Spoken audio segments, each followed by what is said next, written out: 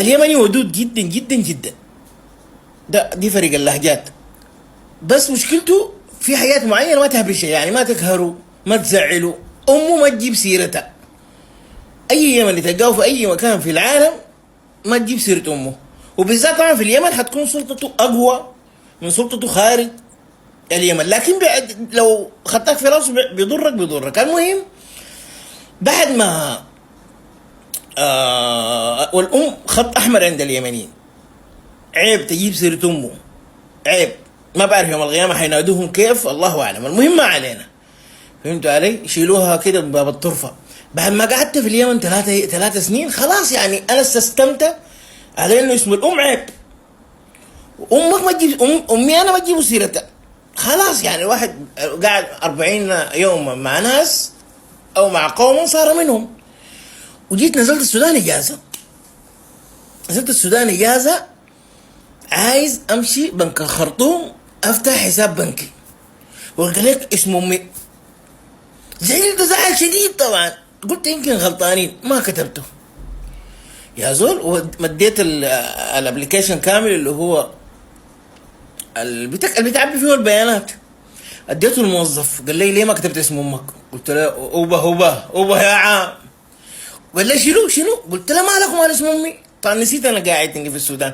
قلت له ما لكم على اسم امي دخل شنو؟ قال لي نحن هنا السودانيين كتاب، وممكن واحد يكون اسمه الرباعي نفس اسمك. لازم؟ قلت له لازم ضروري يعني. قال لي لازم والله، لانه ممكن واحد يكون بيشبه اسمك، لكن استحاله اسم الام الرباعي يشبه اسم الام الرباعي الثاني بتاع الزول. طيب جيب. قلت له جيب نكتب انا بس، لكن ما تشوفه. قال لي خلاص ما بشوفه. انت كتبت اسم امي، ما راح اقول اسم امي. انت كتبت اسم امي، انت وديته كده وزعلان. دخل شنو اسم امي يا اخي؟ انا افتح بنك دخل امي. اكلتها في حناني صراحه. مشيت المطار عايز اسافر، مشيت السودان اجازه اسبوعين، ومن السودان كنت ماشي طالع المغرب والله اتذكر. المهم في ابلكيشن بتعبيه في المطار وكلهم موجودات عندي. لو واحد سوداني غالطني حنزل الصور موجودات، صوره وصوت. داير اطلع من المطار، مكتوب البيانات حقت المسافر، تكتب اسمك ورقم جوازك ماشي وين. مهم البيانات، اخر بيانات اسم امك. يا رب السودان دي المعلوم دايرين يدخلونا معاهم في قتل وفي قبيله وفي يا عم ما لهم السودانيين هذولي ما يشتهوا. ف يعني صراحه الواحد اللي بيقعد في حته بالسيستم عجيب. انا اليمني سيستم اي زول والله يجيب لي حاجه امك يا عم اشتحط كده. لا طبعا تفتح عيونك كده. اشتحط دي ما ينفع تتقال كده بالراحه. لا اشتحط دي على رجل. فهمت علي؟ من المناظر الجميله اللي تذكرتها ان جيراننا يمنيين، اللي هو اداني اليمن جيراننا يمكن اكثر من 35 سنه، ناس افاضل. ذكرت قصه ابوه، ذكروني احكي لهم قصه ابوه ده عنده قصه خياليه. اليمني ده بيعرف اسماء امهاتنا 35 سنه، بيعرف اسامي امهاتنا. ولما نيجي شاغلنا كده يقول لنا يا ولد فلانه، اقول له اصبر احنا لينا يوم نجيب اسم امك. بعد يا جماعه فتره من الفترات واحده في الشارع الله يسمى فايزه قامت قالت له انت ود اليمنيه فلانه الفلانيه، ونحن طبعا سامعين.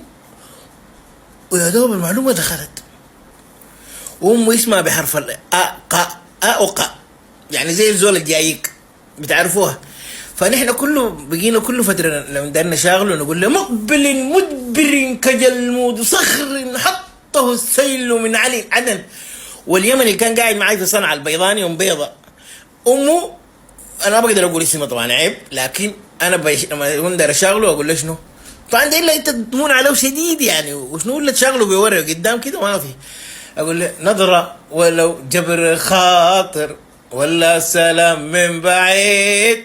سوداني هو والله سوداني بالجنبيه هذا قرح والدينك هو يا عام فايما القصص تتوالى. والتحيات للجماعه كلهم الظريفين اللذيذين الحلوين. قلت دي ذكرت هسه، قلت اديكم لا طازجيه